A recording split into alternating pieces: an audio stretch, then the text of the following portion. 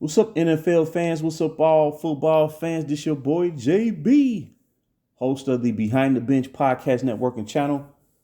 Just want to give a shout out to the rest of the crew and for everyone who's tuning in. I hope that you support Behind the Bench, become a subscriber, and help make this show the best that it can be. Now, let's talk some NFL. And last night's action, Monday Night Football, we saw the Denver Broncos going to Buffalo and defeat the Bills by the score of 24-22 in the most improbable fashion. Buffalo had the game in control down the stretch until that last drive. And in some kind of way, Denver closed that game out and hit a game-winning field goal to seal the deal to defeat Buffalo, who was now 5-5 for the season. Denver's 4-5. And we look at the quarterback comparison. Russell Wilson outplayed Josh Allen. Wilson was 24 for 29, 193 yards passing and 2 touchdowns. Josh Allen, 15 to 26, 177 yards, 1 touchdown and 2 interceptions. And the Bills, when I look at them, they've been pushing for a Super Bowl for the past 5 seasons, but their window may have closed. Because if you look at their progress since 2019, that season, they was 10-6. And in 2020, they won 13 games. They was 13-3. They lost the AFC Championship game to the Kansas City Chiefs, which they should have won that game. But they lost that when Kansas City scored a touchdown with from at the 1 yard line with 13 seconds left to go in the game. 2021, 11-6, lost in the divisional round, and then last year 13-3. They was neck and neck with Kansas City, but they wound up finishing number 2 seed and lost at home to the Bengals in the divisional round, and now they're 5-5.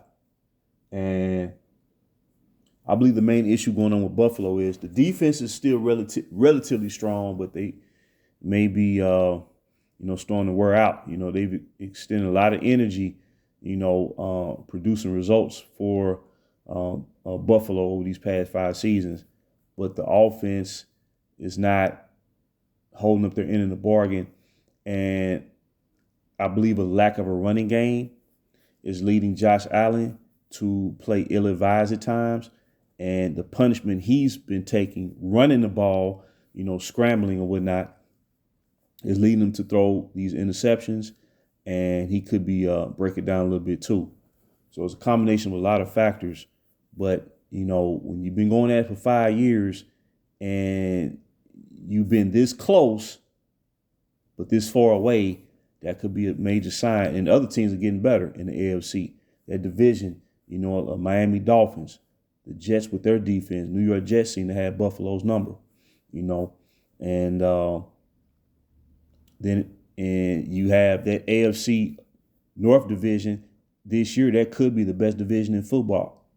Baltimore Ravens, the Cleveland Browns are 6-3. Pittsburgh always find a way to win games where they really shouldn't be winning, but they're finding a way to win. They 6-3. And then Cincinnati Bengals, I believe they're 5-4. Then you got Kansas City Chiefs.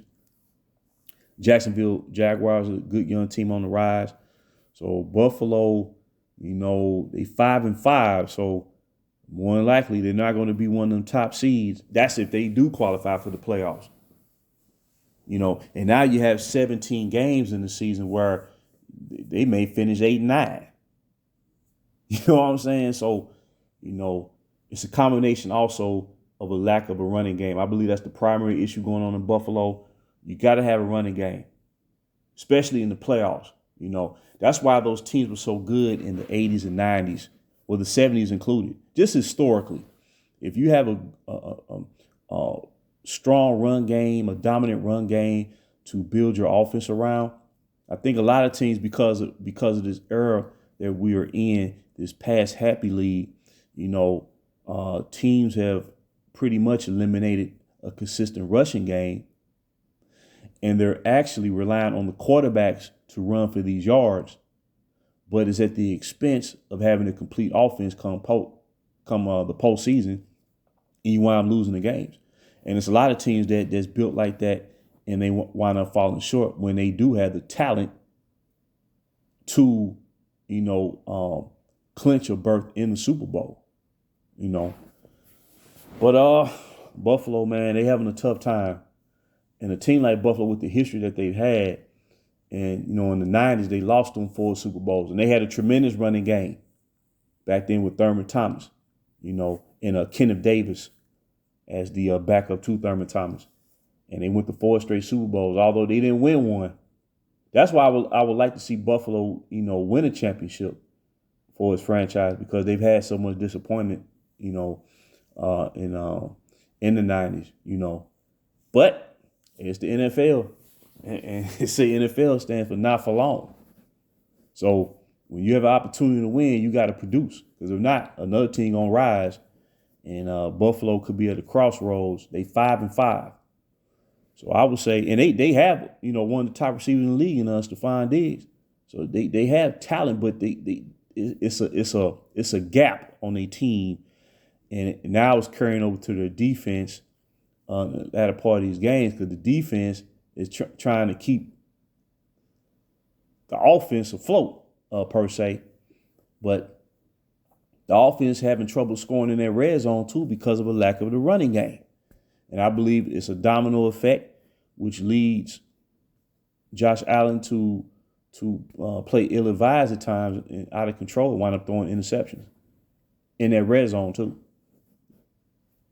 A lot of games that they lose and they should be winning.